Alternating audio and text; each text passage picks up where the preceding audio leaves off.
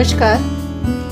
कुछ ब्रांड्स ऐसे होते हैं जो हमारी जिंदगी का हिस्सा बन जाते हैं। आज हम जिस ब्रांड की बात कर रहे हैं उसका नाम तो बच्चा बच्चा तक जानता है। ऐसा बिस्किट जो कि हमारी दिनचर्या का हिस्सा है की ही बात कर रहे हैं। जी हाँ, वही पार्ले जी जिसका बिस्कुट बच्चों से लेकर जवान और बुजुर्ग तक चाव से खाते हैं। सुबह चाय के साथ लेना हो या भूख लगने पर झटपट पेट भरने का साधन, मूड कुछ नमकीन खाने का हो या मीठा, पार्ले जी को हर पसंद का ख्याल है। और तभी यह कंपनी बिस्किट से सिर्फ पैसे ही नहीं बल्कि लोगों का अथाह प्यार भी कमाती है। अब बात करते हैं पार्ले जी की शुरुआत कैसे हुई, इसकी दिलचस्प कहानी है। पार्ले जी के मालिक मोहन दयाल चौहान बिस्किट नहीं बल्कि कन्फेक्शनरी यानी मिठाई या चॉकलेट बनाना चाहते थे। इस काम में मोहन दयाल चौहान के बेटे भी हाथ बटाना चाहते थे। इसी तैयारी में साल 1928 में हाउस ऑफ पार्ले की स्थापना की गई। बाद में मोहन दयाल चौहान की पसंद बदली और कन्फेक्शनरी का व्यवसाय पहली पसंद नहीं रह गया। चौहान ने 18 साल की उम्र में कपड़े के व्यवसायी के तौर पर अपना काम शुरू किया था और आगे उन्होंने कई तरह के व्यवसायों को नया स्वरूप प्रदान किया। मोहन दयाल चौहान की मेहनत रंग लाती गई और व्यवसाय आगे बढ़ता गया। इसमें उनके बेटों का भी भरपूर सहयोग उनको मिला और उनके बेटे पिताजी का हाथ बटाने लगे। कंपनी में नए नए आयाम जुड़ते गए और बेटों की सलाह पर गौर किया जाने लगा। दयाल चौहान के बेटों ने ही पिताजी को कुछ नया व्यवसाय करने की राय दी, लिहाजा अलग अलग विकल्पों पर मशवरा शुरू हुआ। कपड़ों के कारोबार में तब लगे दयाल चौहान ने कन्फेक्शनरी में अपनी पूरी मेहनत झोंक दी और इसके लिए वे जर्मनी के दौरे पर निकल पड़े।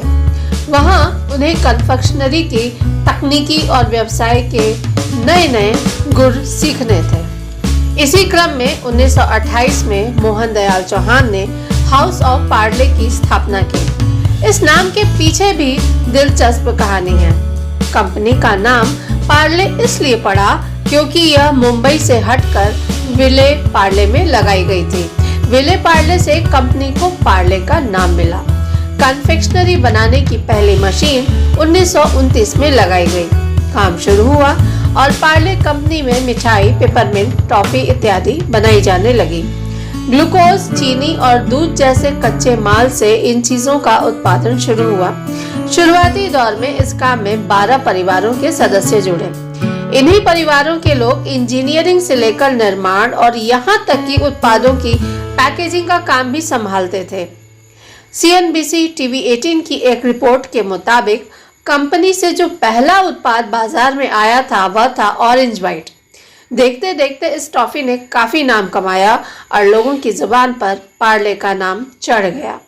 ये वही दौर था जब बिस्कुट को प्रीमियम उत्पाद माना जाता था जिसे खासकर अंग्रेज या देश के अमीर लोग ही खा सकते थे। उस वक्त ज्यादातर बिस्किट विदेशों से मंगाया जाता था। साल 1938 तब पार्ले ने फैसला किया कि वह ऐसा बिस्कुट लाएगी जिसे देश का आम आदमी भी खरीद सके और खा सके। इसी क्रम में पार्ले ग्लूकोज बिस्कुट का उत्पादन शुरू किया गया।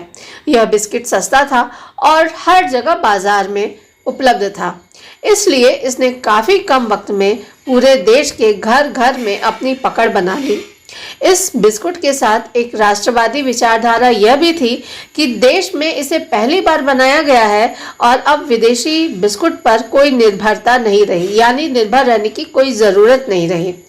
तो अब ये अंग्रेज नहीं कह सकते थे कि वे ही सिर्फ बिस्कुट खाते थे या खाते हैं या उनके बनाए बिस्कुट पर ही लोग निर्भर हैं। देश के लोगों में यह भावना पूरी तरह से घर कर गई। पार्ले ग्लूको बिस्कुट देश में तो छाया ही, दूसरे विश्व युद्ध के दौरान ब्रिटिश और इंडियन आर्मी के सैनिकों की भी पसंद बनकर उभरा। अब पार्ले की सफलता की कहानी अपने चरम पर थी। ऐसे में 1940 में कंपनी ने अपना पहला नमकीन बिस्कुट सॉल्टेड क्रैकर मोनाको बनाना शुरू किया। तब तक 1947 में देश का विभाजन हो गया और पार्ले को ग्लूको बिस्कुट का उत्पादन रोकना पड़ा, क्योंकि गेहूं इसका मुख्य स्रोत था जिसकी कमी पड़ गई। इस संकट से उबरने के लिए पार्ले ने बार्ली से बने बिस्कुट को बनाना और बेचना शुरू किया। 1940 में पार्ले ऐसी कंपनी बन गई थी कि जिसके पास दुनिया का सबसे लंबा 250 फीट का जो ओवन था, यानी भट्टी थी। बाद में ब्रिटानिया मार्केट में आई और इसने पार्ले के ग्लूको की तरह ग्लूकोज डी बनाना शुरू कर दिया। मार्केट में अपनी मौजूदगी बनाए रखने के लिए पार्ले ने 80 के दशक में ग्लूको का नाम बदलकर पार्ले जी कर दिया। पैकेट का रंग भी बदला और सफेद पीले कवर में बिस्कुट आने लगे। इस पर पार्ले जी गर्ल की तस्वीर छपी होती थी।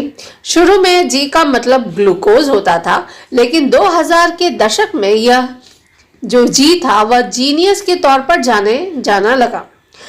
पार्ले जी गर्ल के बारे में भी कई कहानियां हैं, लेकिन कहा जाता है कि यह उस वक्त के मशहूर कलाकार मगन लाल दहिया थे, जिन्होंने 60 के दशक में एक लड़की की तस्वीर बनाई थी जो डिब्बे पर देखा जाता है। आज देश में पार्ले जी के पास 130 से ज़्यादा फैक्ट्रियां हैं और लगभग 50 लाख रिटेल स्टोर्स हैं। हर महीने पार्ले जी 1 अरब से ज़्यादा पैकेट बिस्किट का उत्पादन करता है और जहां देश के कोने में आपको सामान ठीक से नहीं मिलता, वहीं पार्ले जी बिस्कुट हर जगह मिलता है। तो ये थी आज की कहानी हमारे स्वदेशी आत्मनिर्भर भारत के लोकप्रिय ब्रांड्स में से एक पार्ले जी की। अगली बार किसी नई कहानी के साथ हम आपके सामने उपस्थित होंगे। तब तक अपना ध्यान रखिए और हाँ, आपके पास यदि ऐसी कोई जानकारी है तो हमसे कृपया ज़रूर साझा करें। नमस्कार।